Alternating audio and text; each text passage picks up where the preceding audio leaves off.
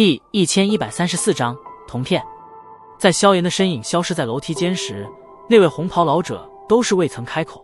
虽然他心中也是有些挣扎，但他也是明白，这种交易的事，谁能熬就能捡便宜，欲擒故纵的事，大家都是老手，就看谁真能熬到对方受不了，然后便是能够成为真正的赢家。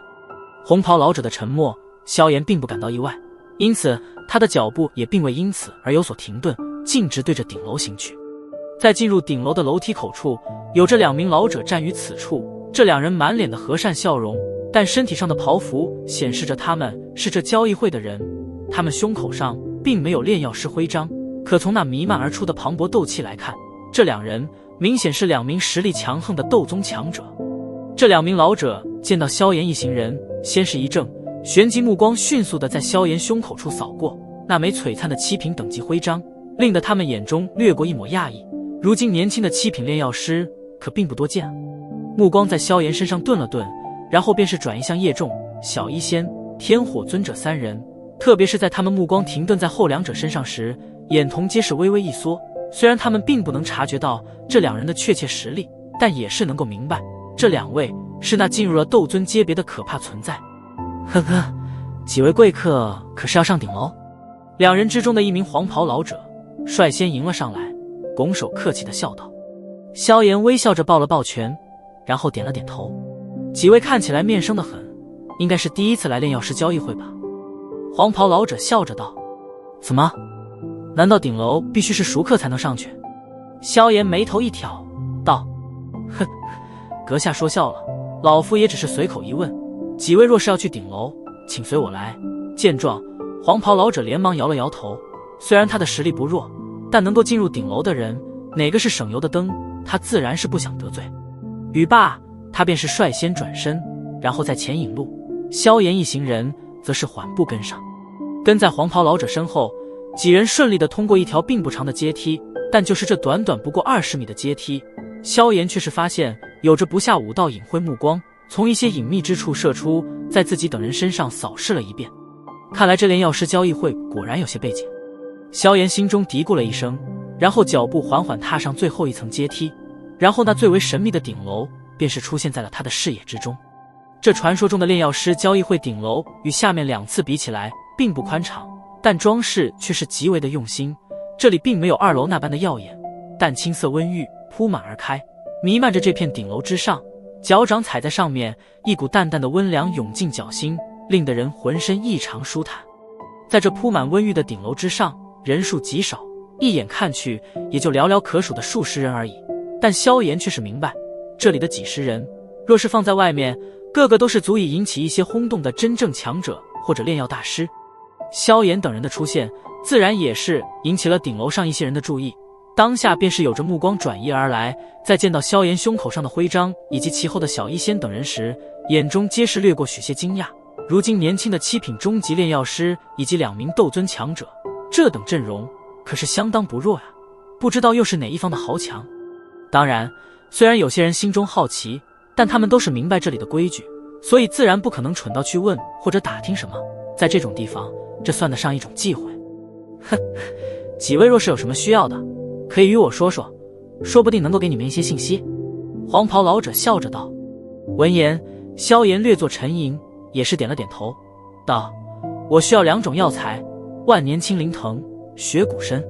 万年青灵藤、雪骨参。黄袍老者嘴中念叨了一声，沉吟了半晌，道：都是很稀罕的药材，想必应该是用来炼制高阶丹药的。万年青灵藤我没什么头绪，但这雪骨参嘛，不得不说阁下运气不错，今日这顶楼所要交易的一些东西中，正好是有着一株雪骨参。哦，萧炎眼睛一亮，没想到只不过是随意一问，居然还真是能够得到一株雪骨参的消息。哼，请随我来。黄袍老者笑了笑，然后转身对着顶楼的北角落行去。萧炎见状，连忙带着3人跟了上去。萧炎等人跟着黄袍老者走过一段距离，然后便是在顶楼靠北的角落处停了下来。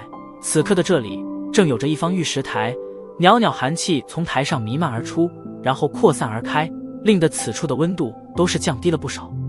在玉台上零零散散地摆放着一些药材、卷轴，甚至丹药等等，而且看模样似乎都不是寻常之物。在玉台周围还围拢着不少人，显然是对这上面的东西挺感兴趣。萧炎的目光跳过玉台，停在了玉台后的那名灰发老者身上。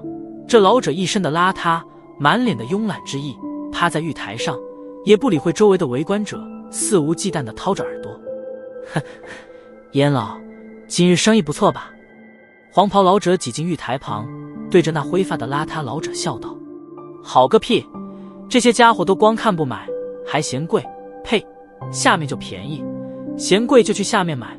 邋遢老者翻了翻白眼，丝毫不顾形象地对着一旁的地面上吐了一口口水。见状，周围的一些人不由得有些尴尬，但这种地方又不好与人争吵，只能讪讪地离去。萧炎也是被这邋遢老者的态度搞得一愣，目光扫了一眼对方胸口处，同样是一枚7品徽章，只不过却是7品高级，显然对方是一名7品高级的炼药师。这位先生，这便是你所需要的血骨参，不过这位烟老卖东西都挺贵，所以你得有些心理准备。黄袍老者指着寒气缭绕的玉台上，那里有着一个玉盒，玉盒之内一株通体雪白宛如骨头般的人参正安静地躺于其中。萧炎目光紧紧地望着那株雪白人参，片刻后缓缓点了点头。从那人参之上流转的波光来看，应该的确是血骨参不假了。别看了，我这里没假东西，你要买？邋遢老者瞥了萧炎一眼，目光在其胸口处的徽章上多停了停，咧嘴道：想要血骨参，1枚7品高级的丹药。闻言，萧炎眉头一皱，7品高级的丹药，这老家伙还真开得来口。这位老先生，血骨参虽说珍贵，但即便是用来炼制丹药，可顶多是7品高级，而这还是配合了其他珍稀药材的前提。现在你光是一株血骨参便是要这价，似乎有点过了吧？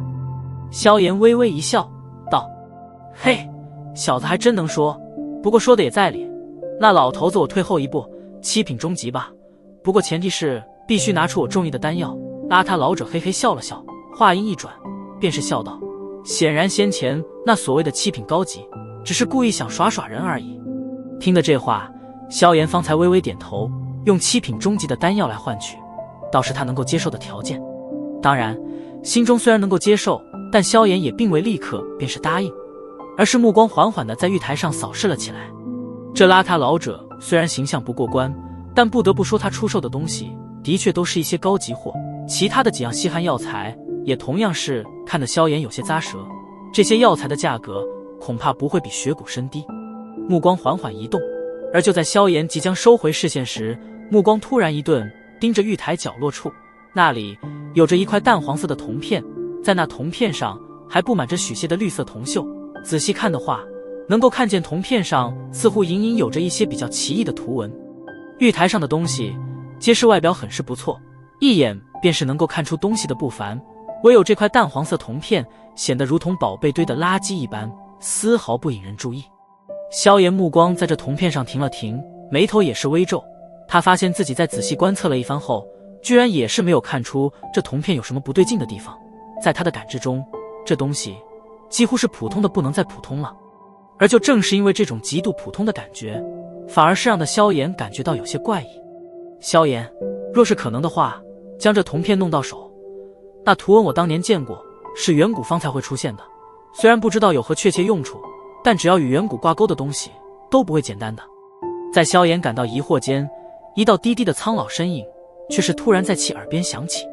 听得天火尊者的传音，萧炎心头一震，面上却是不动声色。